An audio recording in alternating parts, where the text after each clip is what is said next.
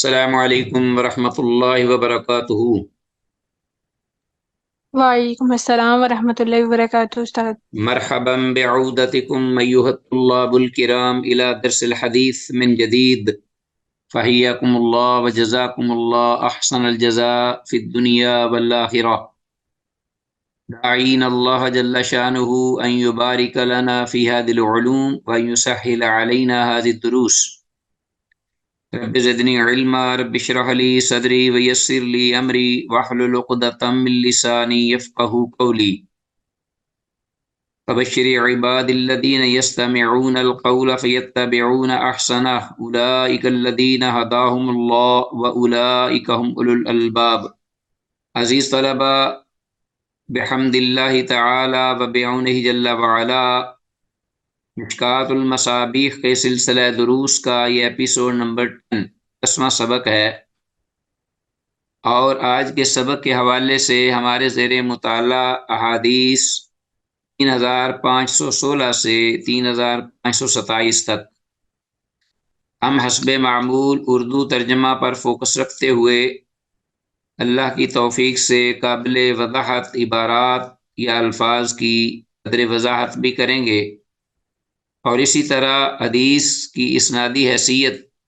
کی نشاندہی بھی حسب ضرورت کی جائے گی۔ وما توفیقنا الا باللہ۔ آتے ہیں آج کے سبق کے حوالے سے براہ راست کتاب کی احادیث کی جانب۔ احادیث کی نصوص دیکھتے ہیں کتاب القصاص، اور کتاب القصاص جو بڑا چیپٹر ہے، اس کے ضمن میں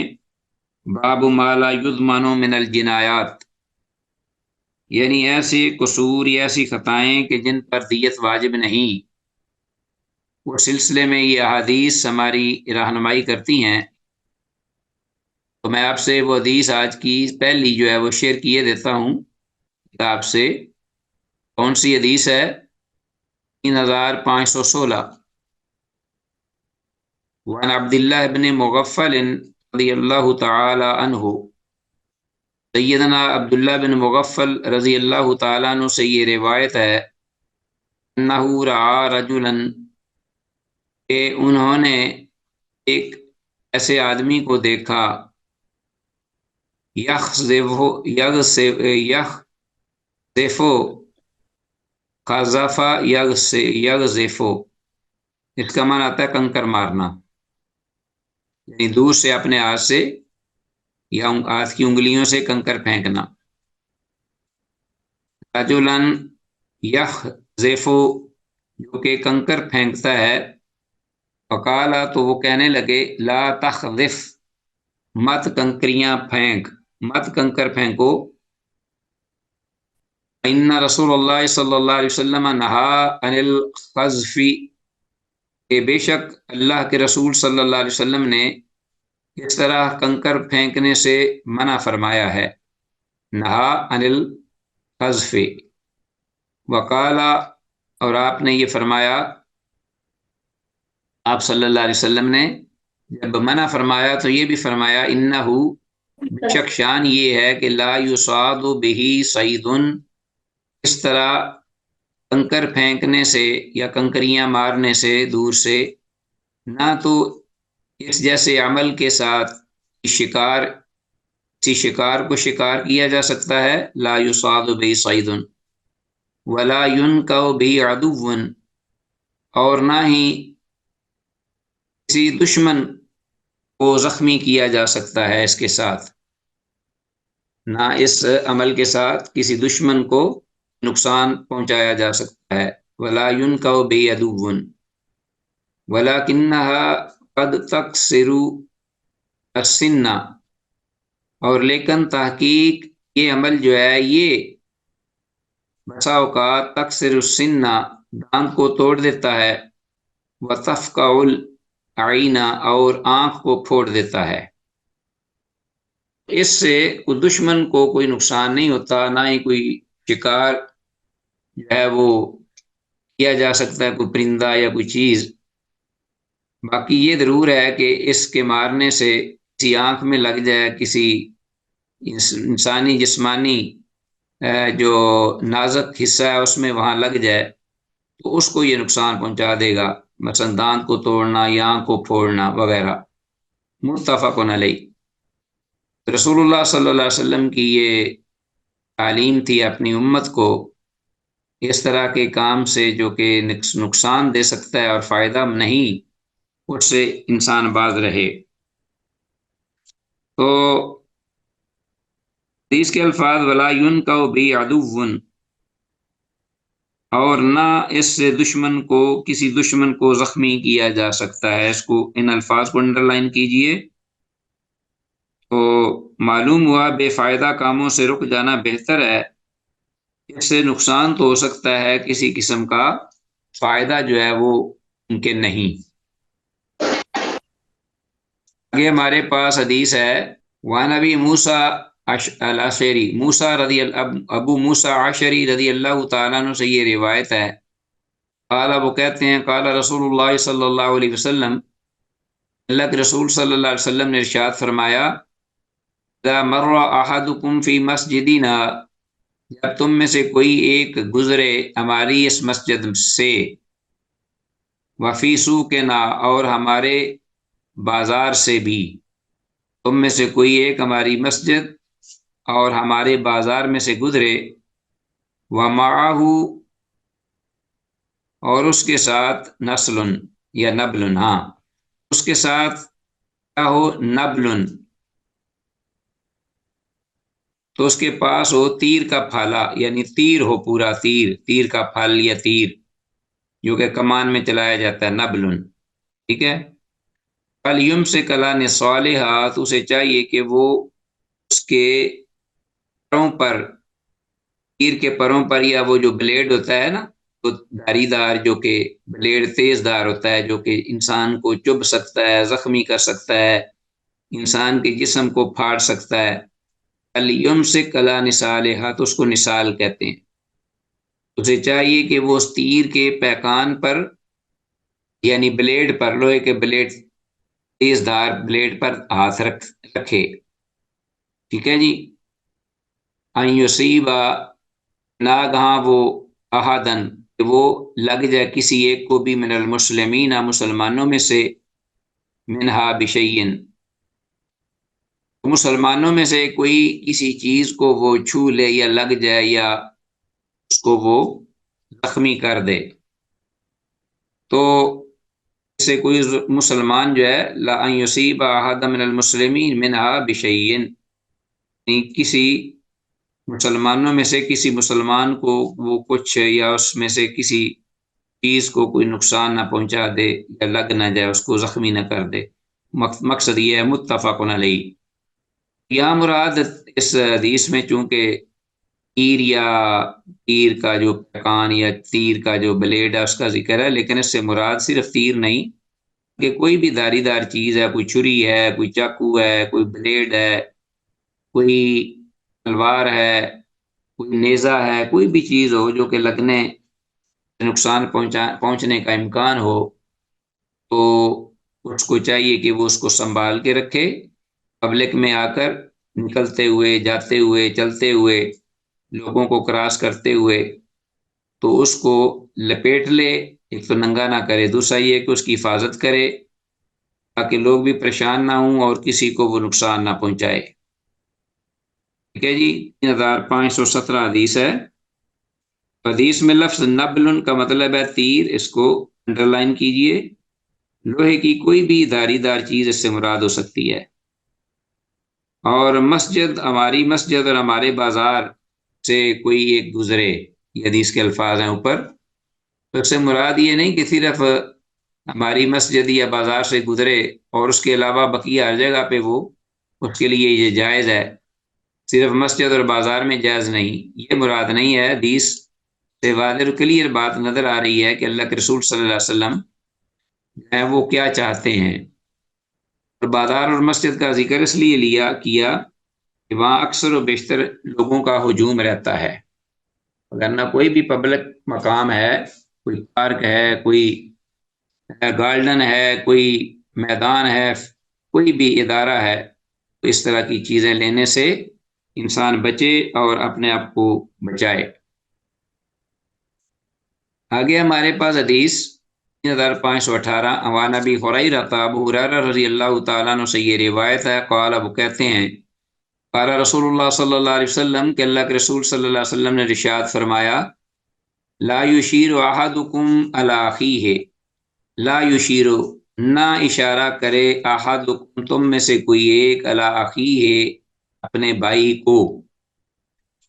بسلاح، کسی بھی ہتھیار کے ساتھ، فإنہ لا یدری، بے شک شان یہ ہے کہ لا یدری، وہ نہیں جانتا، لعل الشیطان، کہ شاید کہ شیطان، ینزع فی یدہ، چھین لے اس کے ہاتھ میں، یعنی جپٹے اس کے ہاتھ پر، جپٹا مارے اس کے ہاتھ میں، فیقع فی حفرۃ من النار، تو اس طرح وہ شیطان کے ہتھے چڑھ کر اپنے ہتھیار سمیت، فیقع، تو وہ واقع ہو جائے یا گر جائے، فی حفرۃ من النار، آگ کے گڑھے میں، فی حفرۃ، گڑھے میں، من النار، آگ سے، اس طرح وہ جہنم کے یا آگ کے گڑھے میں گر جائے، متفق علیہ۔ تو یہ حدیث کی عبارت جو ہے وہ واضح ہے اور کلیئر ہے، اس کا مفہوم۔ تو یا فیقع فی حفرۃ من النار کو انڈر لائن کیجئے، تو اس طرح آگ کے گڑھے میں جا پڑے وہ شخص، معلوم ہوا کہ کسی بھی قسم کے ہتھیار سے کسی کی جانب اشارہ کرنا حرام ہے، اس کا بڑا نقصان ہو سکتا ہے، ٹھیک ہے جی۔ اس کے جو بسا اوقات معاشرے کے اندر جو نقصانات یا واقعات اور حوادثات ہوتے ہیں وہ آپ جانتے ہی ہیں، اور اکثر و بیشتر وہ آپ سنتے پڑھتے رہتے ہیں۔ تو اس لیے کوئی بھی اسلحہ نما چیز یا کوئی ہتھیار، اس سے بھائی، اپنے بھائی سے مراد یہ ضروری نہیں کہ اپنا ہی بھائی ہو سگا، مراد ہے مسلمان بھائی یا کوئی بھی آدمی، آدم کا جو بیٹا ہے، سب ایک اعتبار سے وہ ایک دوسرے کے بھائی بھائی ہیں،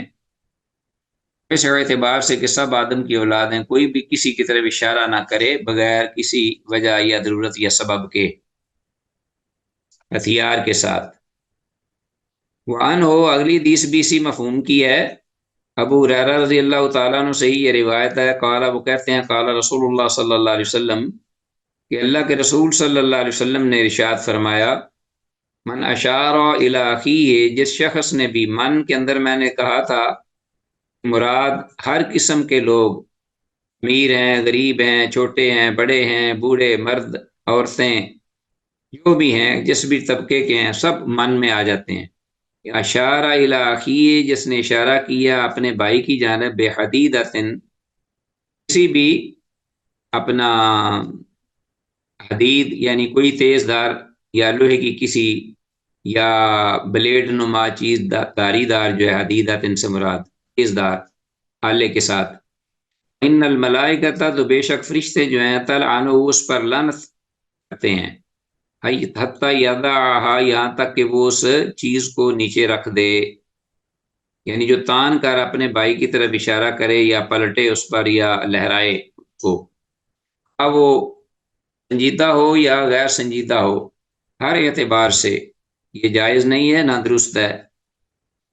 وَإِن كَانَ أَخَاهُ لِأَبِيهِ وَأُمِّهِ، خواہ وہ اس کا بھائی کیوں نہ ہو، اس کے ماں اور باپ جائے،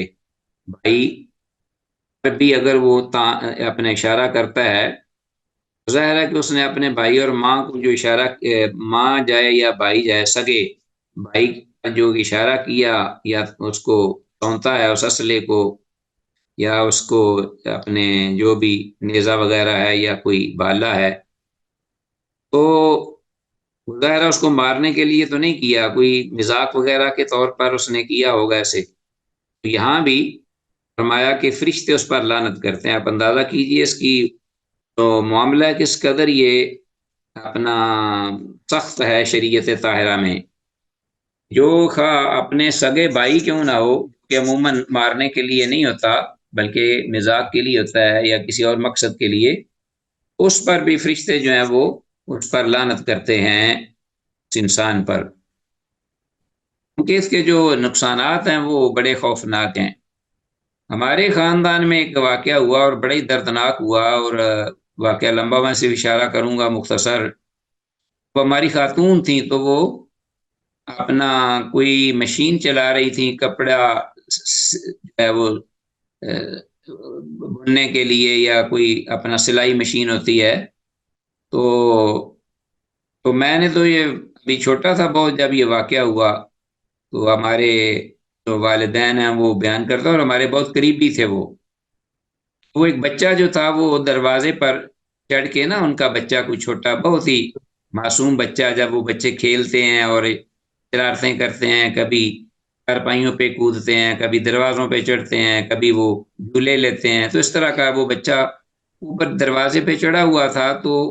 یہ نیچے جو ان کی والدہ تھیں، یا ان کی چچی تھیں یا پھوپھی تھیں، یا مجھے پورا یاد نہیں، بہرحال وہ اس کو چلیے اتنا پیار آیا اس بچے پر کہ اس نے وہ گاز جو تھا نا، اس وقت یہ جو کپڑا ماپنے کے لیے لوہے کے گاز، سٹیل کے گاز ہوا کرتے تھے، آج کل بھی بازاروں میں جائیں تو وہ گاز موجود ہوتے ہیں ان کے ہاتھوں میں، لوہے کے، سٹیل کے۔ وہ گاز جو ہے اس کے ساتھ اس کو گدگدی کرنے لگی، وہ بچہ اوپر جھول رہا ہے دروازے پر۔ اب جو بچہ ہے نا، اس کو جب گدگدی ہوئی تو وہ ایک دم وہ بیلنس نہ رکھ سکا اپنا، وہ گرا۔ جب وہ گرا نیچے، یعنی گدگدی اس کی ہوئی اس کو، تو وہ گاز سیدھا جو ہے وہ اس کی پیٹھ کے اندر چلا گیا۔ اب اس بچے کی جو جان نکلی اس کے سامنے، اور جس طرح لوگوں نے دیکھا اس کو تڑپتے ہوئے، مان والا فیس۔ اب دیکھیے یہ ذرا اس قسم کے نتائج جو ہیں وہ سامنے آتے ہیں، کتنا خوفناک۔ اور وہ اس کو قریباً خاصا عرصہ ہو گیا ہے، ہم چھوٹے چھوٹے تھے، لیکن آج تک وہ جو لوگ ہیں ان کے خاندان والے اس واقعے کو نہیں بھول پائے، نہ وہ فراموش کر پائے ہیں۔ استغفر اللہ علیہ باللہ۔ تو یہ بس اوقات اس طرح کی چیزیں ہوتی ہیں، بڑی ہی نتیجہ نقصان دہ ہوتی ہیں اور خوفناک ہوتی ہیں۔ اس لیے رسول اللہ صلی اللہ علیہ وسلم نے، کیونکہ شیطان جو ہے نا وہ ہمیشہ یہ چاہتا ہے کہ تکلیف دے، اذیت دے، جو نظر نہیں آتا، تو بس اوقات اس کا بھی عمل دخل ہوتا ہے ان معاملات میں۔ ہم بڑا دیکھتے ہیں بعض دفعہ بچوں کے ساتھ، بڑوں کے ساتھ بھی ایسے انہونے واقعات ہو جاتے ہیں جو کہ سمجھ میں نہیں آتے، لیکن وہ اس کے پیچھے شیاطین ہوتے ہیں ہر وقت۔ ایک تو اللہ کی پناہ پکڑنی چاہیے شیطانوں سے، اور دوسرا یہ ہے کہ انسان ان چیزوں سے بچے اور اپنی احتیاط برتے۔ اچھا جی، 3519 حدیث ہم نے پڑھی ہے، یعنی سگے بھائی کے ساتھ ہر چند کے ظاہر میں قتل کا احتمال نہیں ہے، وہ قتل کرنے کے لیے اس نے اس کی طرف اشارہ کیا ہو، اس کے باوجود پھر بھی اس کی جانب ہتھیار سے اشارہ کرنا حلال نہیں، حرام ہے۔ صرف ہتھیار کے ساتھ اشارہ کرنے سے فرشتے اس پر لعنت کرتے ہیں، تو ذرا سوچئے کہ ناحق خون کا کتنا بڑا عذاب ہوگا۔ چلیں جی، یا حدیث جو ہیں ان کو یاد کیا کرو زبانی، اور سنایا کرو پڑھ پڑھ کے، کبھی ضرورت پڑے اپنے گھروں میں، اپنے احباب میں، تاکہ فائدہ ہو۔ تو ہمارے اب پاس اس کے علاوہ اس کے آگے حدیث ہے 3520، وان ابن عمر و ابی ہریرہ، عبداللہ بن عمر اور ابو ہریرہ رضی اللہ عنہما دونوں سے، جلیل القدر صحابہ ہیں، ان سے یہ حدیث مروی ہے، عن النبی صلی اللہ علیہ وسلم، وہ اللہ کے نبی صلی اللہ علیہ وسلم سے مرفوع بیان کرتے ہیں، قال، آپ نے فرمایا، من حمل علینا السلاح فلیس منا، جس شخص نے بھی ہم پر ہتھیار اٹھایا وہ ہم میں سے نہیں۔ رواه البخاری وزاد مسلم، اور امام مسلم نے یہ الفاظ زیادہ کیے ہیں، ومن غشنا فلیس منا، امام مسلم کی روایت میں یہ الفاظ مزید آگے یہ بھی ذکر ہوئے ہیں، اور جس نے ہمیں دھوکہ دیا وہ ہم میں سے نہیں، غشنا جی، ومن غشنا فلیس منا، اور جس نے، بعد نے اس کا ترجمہ یہ بھی کیا، اور جس نے ہمارے معاملات اپنے میں ملاوٹ کی، فلیس منا، تو وہ ہم میں سے نہیں، یہ وہ ہمارے طریقے پر نہیں۔ 3520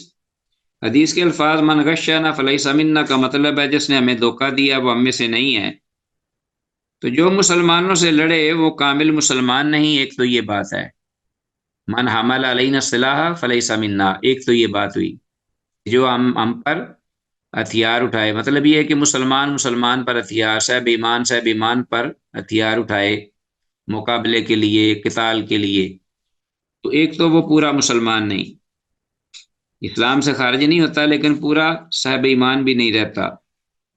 ایک مرتبہ نبی مکرم صلی اللہ علیہ وسلم نے بازار میں گندم کے ڈھیر میں اپنا ہاتھ ڈالا، بڑا معروف یہ واقعہ ہے، تو اسے اندر سے گیلا پایا، اس ڈھیر اناج کا ڈھیر اندر سے گیلا تھا، نمی پائی اس میں، تو آپ صلی اللہ علیہ وسلم نے اس کے مالک سے اس کا سبب پوچھا، تو اس نے آگے سے یہ کہا کہ یہ تو پانی سے بھیگ گیا تھا۔ اب آپ صلی اللہ علیہ وسلم نے فرمایا کہ تم نے بھیگی ہوئی چیز اوپر کیوں نہیں رکھی تاکہ سب لوگ دیکھتے۔ پھر اس موقع پر آپ صلی اللہ علیہ وسلم نے یہ حدیث بھی بیان فرمائی، من غشنا فلیس منا۔ تو آگے حدیث ہے 3521 ہمارے پاس، ون سلمہ بن الاقوع، سلمہ بن اقوع رضی اللہ تعالیٰ عنہ سے یہ روایت مروی ہے، قال وہ کہتے ہیں قال رسول اللہ صلی اللہ علیہ وسلم، اللہ کے رسول صلی اللہ علیہ وسلم نے ارشاد فرمایا، من صلی علینا الصیف فلیس منا، جس شخص نے بھی من، اس کا معنی پھر وہی آ گیا، اس نے بھی صلی سونتی اہرائی اٹھائی، علینا ہم پر الصیف تلوار، فلیس منا تو وہ ہم میں سے نہیں۔ اسی طرح ہی من غشنا فلیس منا، من حمل علینا السلاح فلیس منا، من صلی علینا الصیف فلیس منا، یہ ساری عبارات میں یاد کر لیا کرو۔ اور مسلم سے امام مسلم نے روایت کیا ہے 3521، من صلی علینا الصیف کو انڈر لائن کیجئے، باقی آگے حدیث 3522 حدیث آگئی، وان ہشام بن عروہ نبی، شام بن عروہ رحمہ اللہ سے یہ روایت مروی ہے، نبی ہے وہ اپنے عروہ باپ سے روایت کرتے ہیں، انا ہشام بن حکیم، کہ ہشام بن حکیم جو تھے مرہ بالشام ہے، وہ شام کے علاقے میں، شام ملک میں یعنی سیریا میں گزرے، علی اناس من الانباط، انبات علاقے کے لوگوں کے پاس سے گزرے، کون؟ ہشام بن حکیم، مرہ بالشام یعنی شام میں، ان کا گزر ہوا، علی اناس من الانبات، انبات علاقہ سے تعلق رکھنے والے لوگوں پر،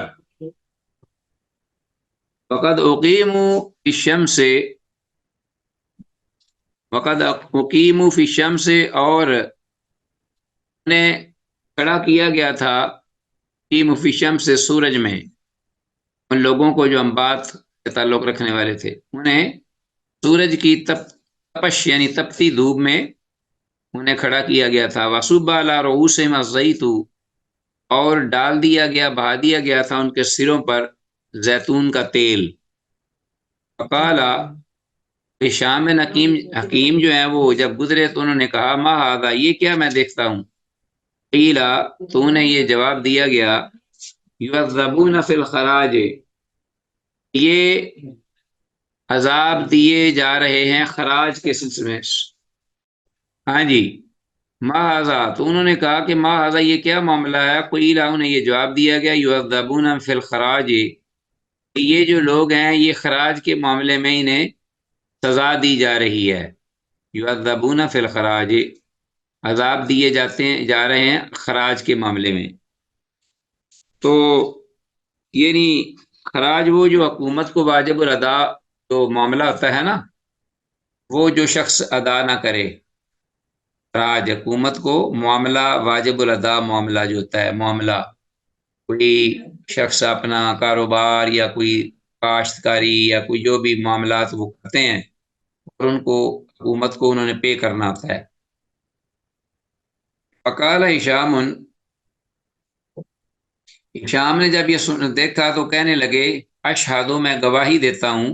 یعنی ہشام بن حکیم جب انہوں نے یہ منظر دیکھا، جو ظالمانہ منظر ہے، ایک انسانیت کے ہونے کے ناطے یہ درست نہیں، تو کہنے لگے، اشہد لسمعت، تو میں گواہی دیتا ہوں کہ میں نے سنا ہے، لسمعت رسول اللہ صلی اللہ علیہ وسلم، اللہ کے رسول صلی اللہ علیہ وسلم سے میں نے سنا، یقول، آپ فرما رہے تھے، کہ ان اللہ یعذب الذین، بے شک اللہ عذاب دے گا ان لوگوں کو، یعذبون الناس فی الدنیا، جو دنیا میں لوگوں کو عذاب دیتے ہیں۔ اسے امام مسلم نے روایت کیا ہے، تو اس لیے جہاں تک ہو سکے انسانیت کو عذاب دینے سے انسان کو گریز کرنا چاہیے۔ اسلام نے تو کیڑے مکوڑوں اور جانوروں کو بھی عذاب دینے سے روکا اور منع کیا ہے۔ اللہ اکبر۔ 3522 حدیث ہے۔ حدیث میں لفظ الخراج حکومت کو واجب الادا مال اس سے مراد ہے۔ اچھا جی، آگے ہمارے پاس حدیث ہے 3523۔ وعن ابی ہریرہ، ابو ہریرہ رضی اللہ تعالیٰ عنہ سے یہ روایت مروی ہے، قال، وہ کہتے ہیں، قال رسول اللہ صلی اللہ علیہ وسلم، اللہ کے رسول صلی اللہ علیہ وسلم نے ارشاد فرمایا، یوشکو، قریب ہے، ان طالت بکا مدتن، اگر ان طالت لمبی ہو گئی، بےکا تیری، مدتن مدت یعنی تیری عمر اگر زیادہ ہوئی یا لمبی ہوئی، تو قریب ہے، یوشے کو، ان طالت بکا مدتن، ان ترا قومن، یہ تو دیکھے گا ایسے لوگوں کو، ایسی قوم کے لوگوں کو دیکھے گا، فی ایدیہم، اپنے سامنے، ہاں جی، فی ایدیہم، ان کے ہاتھوں میں، مثل اذناب البقری، گایوں یعنی گائے کی، بکر گائیوں کی جو دمے ہیں ان جیسے ان کے ہاتھوں میں کیا ہوں گے، کوڑے، ابک، یعنی تو دیکھے گا، انترا قومن فی ایدیہم، ان کے ہاتھوں میں، مثل اذناب البقر، گائیوں کی دموں کی مثل، کوڑے یا چابک، یغدون فی غضب اللہ، جو کہ صبح کریں گے اللہ کے غضب میں، اللہ کی ناراضگی میں، وَيَرُوحُونَ فِي سَخَطِ اللَّهِ، اور وہ شام کریں گے اللہ کی ناراضگی میں، یعنی صبح شام اللہ کی ناراضگی اور اللہ کے غضب میں وہ رہیں گے۔ وفی روایت، اور ایک روایت میں یہ الفاظ ہیں، یروحون فی لعنت اللہ، کہ وہ شام کریں گے اللہ کی پھٹکار میں، اللہ کی لعنت میں وہ ایسے لوگ جو ہیں وہ شام کریں گے یا کرتے ہیں، تو بھی اس قسم کا طرز عمل اپناتے ہیں، اللہ کی زمین پر فساد کرتے ہوئے، اللہ تعالیٰ کی مخلوق کو تنگ کرتے ہوئے، ان پر ظلم و ستم کرتے ہوئے۔ تو عموماً یہ جو متکبر لوگ ہوتے ہیں، یا یہ جو آقا یا مالک ہوتے ہیں یا باس ہوتے ہیں، یہ اپنے جو ماتحت لوگ ہیں، ملازم یا نوکر یا خدام، ان کو اس قسم کے ان پر ظلم روا رکھتے ہیں، ان کو یہ بھول جاتے ہیں ان کو مارتے ہوئے کہ ان کا ایک مالک الملک ہے۔ یہ حدیث ہمارے زیر مطالعہ تھی 3523، سیدنا ابو ہریرہ رضی اللہ تعالیٰ عنہ کی، تو یہ ہم نے اس کا ترجمہ کر لیا ہے 3523، ہاں جی 3522 حدیث جو ہے، 3523 جو ہے حدیث، یہ ہمارے پاس ہے، ہاں جی، یوشک ان طالت بکا مدتن، یوشک ان طالت بکا مدتن، اس کو انڈر لائن کیجئے کہ قریب ہے کہ اگر تیری عمر لمبی ہوئی، مطلب یہ کہ ہمیشہ ایسے لوگ جو ہیں وہ اللہ تعالیٰ کے غضب میں رہیں گے۔ ٹھیک ہے جی، آگے ہمارے پاس ہے حدیث نمبر 3524۔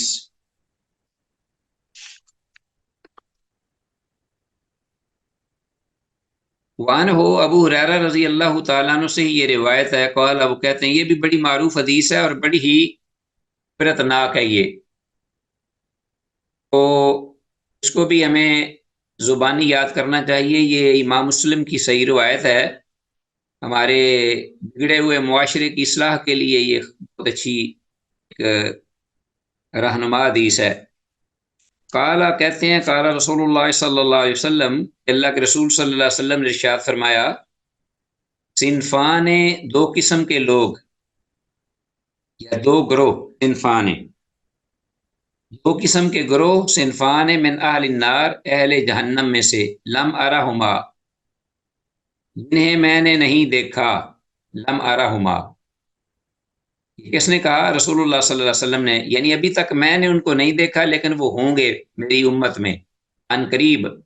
لم ارہما، جن کو میں نہیں دیکھ پایا، قوم، ایک تو وہ قوم کے لوگ ہوں گے، معاہم سیاتن، کے جن کے پاس یا جن کے ہاتھوں میں کوڑے ہوں گے، چابک، کوڑے یا چابک ہوں گے، ہر وقت اپنے ہاتھوں میں رکھیں گے، اذناب البقری، گائیوں کی دموں کی طرح، گائیوں کی دموں کی مانند، یضربون بہ الناس، جن کے ذریعے وہ لوگوں کو ماریں گے، لوگوں کو پیٹیں گے، اور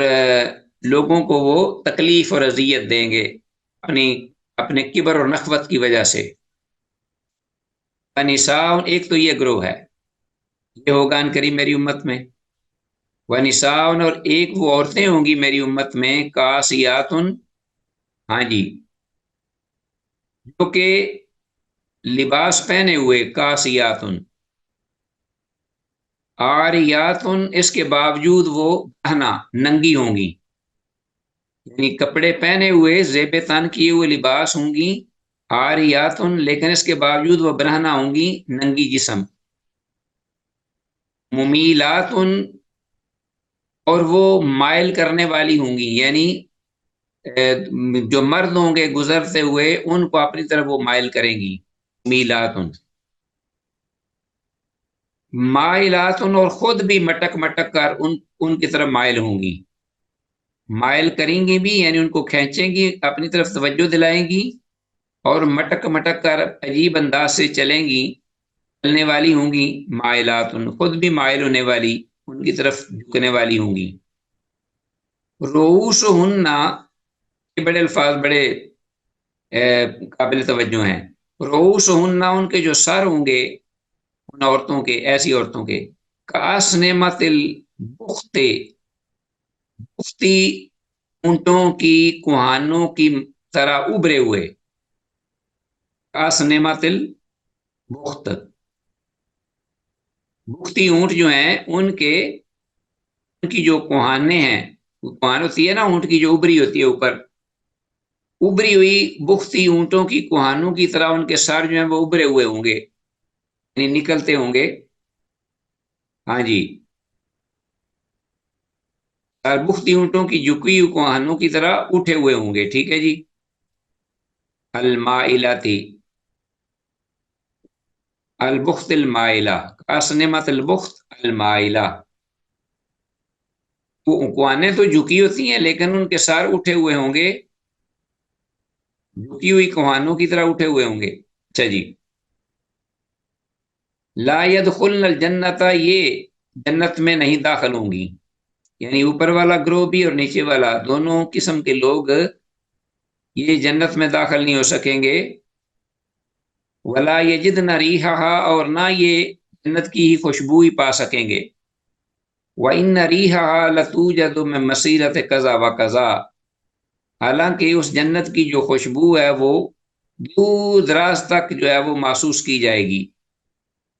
دور دراز تک، بڑے خاصے لمبے مسافت تک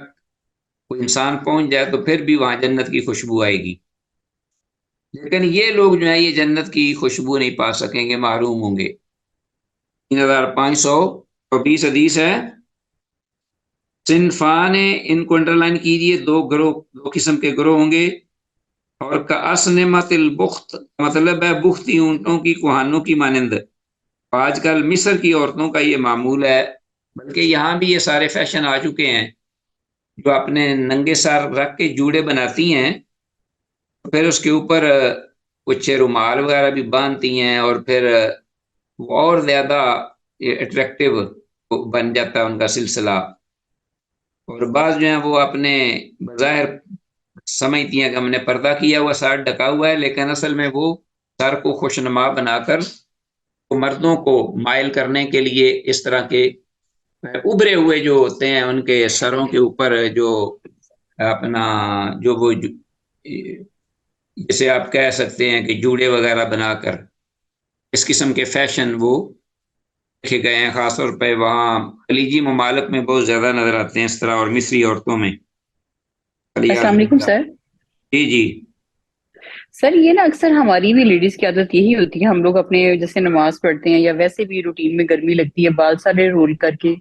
پیچھے ہم اس کو بن بنا لیتے ہیں، جو جوڑا یا کیچر لگا لیتے ہیں، تو کیا وہ بھی اس میں آتے ہیں؟ مجھے اکثر اس نہیں بات سے نہیں، بڑا وہ ڈر اس میں لگتا نہیں ہے۔ آتا، وہ اس میں نہیں آتا۔ یہ تو وہ عورتیں ہیں جو جی بازاری قسم کی اور باہر پھرتی نکلتی ہیں۔ 3525 یہ حدیث بھی وان ہو سیدنا ابو ہریرہ رضی اللہ تعالیٰ عنہ سے یہ حدیث مروی ہے۔ قال، وہ کہتے ہیں قال رسول اللہ صلی اللہ علیہ وسلم کہ اللہ کے رسول صلی اللہ علیہ وسلم نے ارشاد فرمایا، اذا قاتل احدکم، جب تم میں سے کوئی ایک کسی کو قتل کرنا چاہے، مارنا چاہے، فلیجتنب الوجہ، یعنی یہاں قاتلہ سے مراد مارنا ہے، یعنی کسی کو تادیبی کاروائی یا کسی کو سزا دینا، قتل مراد نہیں ہے، جان سے مارنا مراد نہیں۔ اذا قاتل احدکم، جب تم میں سے کوئی مارنا چاہے، مارے تم میں سے کوئی ایک کسی کو، فلیجتنب الوجہ، تو اسے چاہیے کہ وہ چہرے پر مارنے سے بچے۔ ان اللہ خلق آدم علی صورتہ،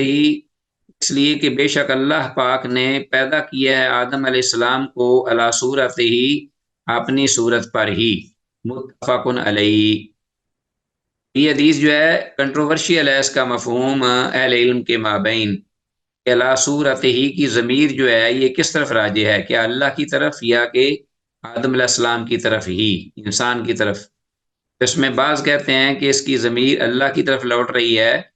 بے شک اللہ نے آدم کو اپنی صورت پر، یعنی اللہ پاک نے اپنی صورت پر پیدا کیا ہے۔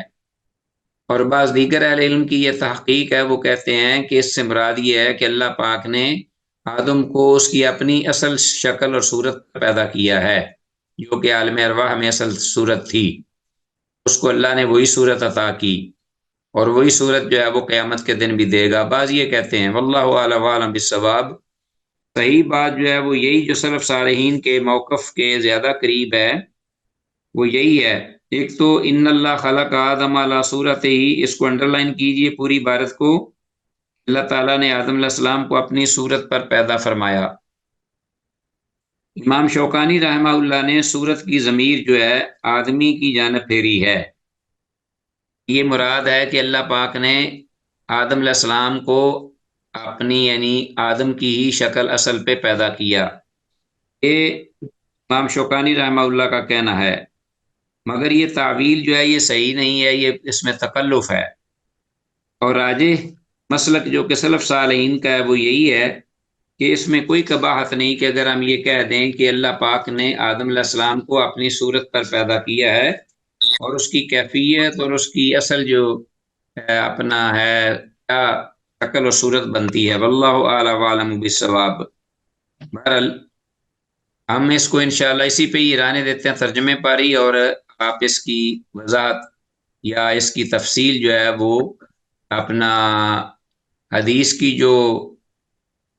شرحیں لکھی گئی ہیں ان سے، یا محدثین جو کلام یا گفتگو انہوں نے کی ہے اس کی اس پر آپ اس کو اپنا اس حدیث کو دیکھیں اور پرکھیں اور اس کا مفہوم اس کو سمجھیں۔ آگے ہے عزیز طلبہ، ہمارے پاس حدیث الفصل الثانی کتاب القصاص کے سلسلے میں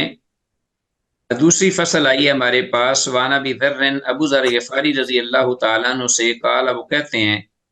قال رسول اللہ صلی اللہ علیہ وسلم کہ اللہ کے رسول صلی اللہ علیہ وسلم نے ارشاد فرمایا، من کشف سترن، کہ جس نے بھی پردہ وا کیا، یعنی کوئی دروازے پر پڑا پردہ جس نے اٹھایا یا ہٹایا، کسی کے گھر کے دروازے کا پردہ، ادخل بصرہ، اور اس نے اپنی نگاہ کو اس میں داخل کیا، ڈالا، ادخل بصرہ فی البیت، اس نے اپنی نگاہ کو ڈالا گھر میں، یعنی نگاہ جو ہے وہ دوڑائی گھر میں، ڈالی پردہ ہٹا کر، قبل ان یؤذن لہ، اس سے پہلے کہ اس کو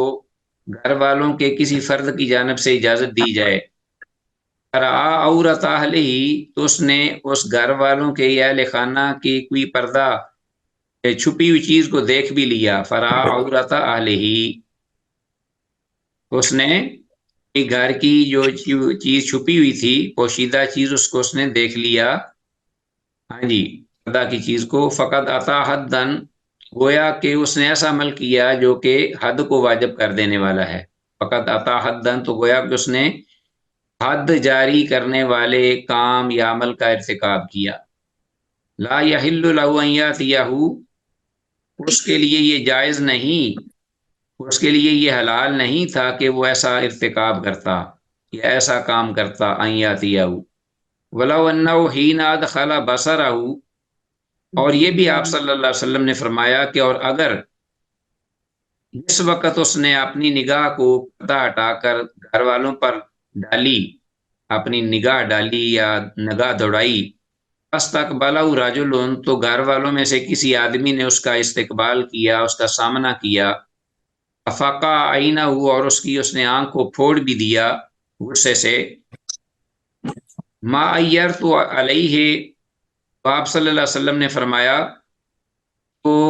ما عیرت علیہ، تو میں اس پر کوئی بھی اس قدغن نہیں لگاؤں گا، یعنی اس کو کوئی سزا نہیں دوں گا، آنکھ پھوڑنے والے کو، ٹھیک ہے جی، ما عیرت علیہ، وَإِن، یعنی میں اسے سرزنش نہیں کروں گا اس پر، اس عمل پر، وَإِن مَرَّ الرَّجُلُ عَلَى بَابٍ، اور اگر کوئی شخص گزرا عَلَى بَابٍ، کسی بھی گھر کے دروازے پر، لا ستر لَهُ، جس پر کوئی پردہ نہیں پڑا ہوا، پہلے سے پردہ نہیں لٹک رہا، یعنی انہوں نے گھر والوں نے اس کو چھوڑا ہوا ہے کھلا، غیر مغلق، اور پھر وہ دروازہ بھی کھلا ہوا ہے، ٹھیک ہے جی، نہ وہ بند ہو اور نہ اس پر کوئی پردہ ہو، نظر آ، تو اس نے دیکھ لیا اس دروازے سے، لا خطیۃ علیہ، تو پھر اس صورت میں اس پر کوئی غلطی یا گناہ نہیں ہوگا، انما الخطیۃ علی اہل البیت، تو یہ تو ساری غلطی جو ہے وہ گھر والوں پر ہوگی۔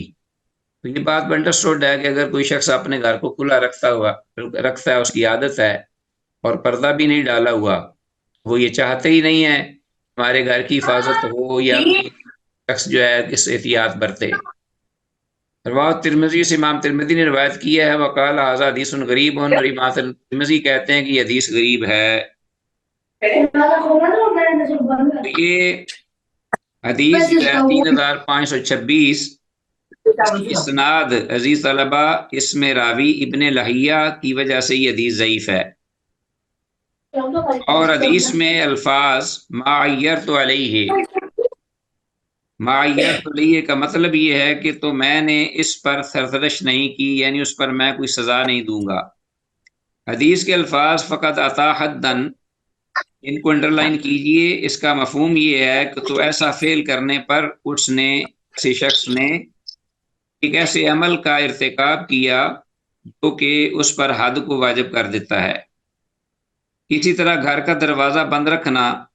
یہ بھی، اور اس پر کم از کم پردہ رکھنا، یہ گھر والوں کے لیے ضروری ہے، ورنہ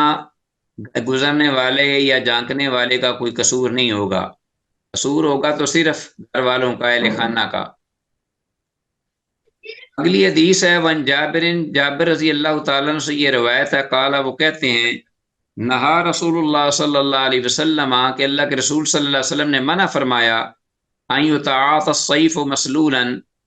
یہ کہ کسی کو تلوار ننگی کر کے دی جائے، ان یتعاطى، کسی کو پکڑائی جائے، کسی کے حوالے کی جائے، السیف، تلوار، مسلولا، سونتی ہوئی تلوار، یعنی ننگی تلوار بغیر نیام کے، تو ایسی تلوار تیز دھار جو ہے اس کے امکان ہوتا ہے لگنے کا یا پھرنے کا یا زخمی کرنے کا، اس لیے اللہ کے رسول نے بھی اس سے عمل سے منع کیا ہے۔ باب ترمذی و ابو داود، اس امام ترمذی اور امام ابو داود نے روایت کی ہے اس حدیث کو۔ تو یہ حدیث جو ہے سند کے اعتبار سے، اس کی سند میں ابو زبیر مدلس اور عنان ہیں، اور اس کے شواہد بھی ضعیف ہیں، اس حدیث کے شواہد بھی ضعیف ہیں۔ حدیث 3527، حدیث کی سند میں ابو زبیر مدلس اور عنان ہے، ایک تو اس اعتبار سے ابو زبیر مدلس اور عنان ہونے کی وجہ سے، اور دوسرا یہ ہے کہ اس حدیث کے دیگر شواہد جو ہیں وہ بھی ضعیف ہیں۔ یہ حدیث من حیث المفہوم تو اس میں کوئی شک نہیں اس میں کسی کو اختلاف نہیں ہے، جیسا کہ دیگر پہلی احادیث بھی جیسے ہتھیار کو اٹھا کر چلنے اور لہرانے اور سونتنے کی ممانعت میں صحیح حدیثیں بھی آئی ہیں، لہذا مفہوم کے اعتبار سے یہ حدیث جو ہے یہ بالکل ٹھیک ہے، اور سند بہرحال جو ہے اس کی ٹھیک نہیں ہے۔ حدیث کے الفاظ نہا رسول اللہ صلی اللہ علیہ وسلم ان یتعاطى السیف مسلولا، اس پوری عبارت کو انڈر لائن کیجیے، اس کا ترجمہ ہے کہ رسول اللہ صلی اللہ علیہ وسلم نے بے نیام تلوار کسی کو دینے سے منع فرمایا۔ تو اس سے یہ بھی معلوم ہوتا ہے کہ یہ جو لوگ ننگے ہتھیار آج کل یہ گنے اور یہ کاشن کوف اور یہ پسٹل اور اس قسم کی چیزیں نکال کر چلتے ہیں اور پھر وہ معاشرے میں اور پبلک مقامات پر پھرتے ہیں، تو اس سے بچے خوف زدہ ہوتے ہیں، لوگ بھی پریشان ہوتے ہیں، تو یہ جائز نہیں، یہ امت مسلمہ کی شیان شان نہیں ہے۔ ان ہتھیاروں کو وہاں بے نیام کرنا چاہیے یا ظاہر کرنا چاہیے جہاں ضرورت ہے دشمنوں کے خلاف، اور یہاں جہاں جہاد کے لیے جو پریکٹس کی جائے یا جو تربیت لی جائے وہاں ان کے لیے یہ بلکہ باعث اجر و ثواب ہے کہ مبادہ کسی کو لگ کر زخمی نہ کر دے یا کوئی پریشان نہ ہو جائے اور خوفزدہ نہ ہو جائے۔ بعض اہل علم کی تحقیق میں یہ حدیث بہرحال صحیح ہے، جیسا کہ میں نے بات کہی ہے کہ مفہوم کے اعتبار سے کوئی اس میں کسی کو اختلاف نہیں ہے۔ تو عزیز طلبہ، آج کی آخری حدیث تھی ہمارے سبق کی، اللہ تعالیٰ سے دعا ہے کہ جو کچھ کہا سنا اللہ اس پہ عمل کی توفیق دے۔ هذا ما عندي والله اعلم بالصواب، والى اللقاء، والسلام علیکم ورحمۃ اللہ وبرکاتہ۔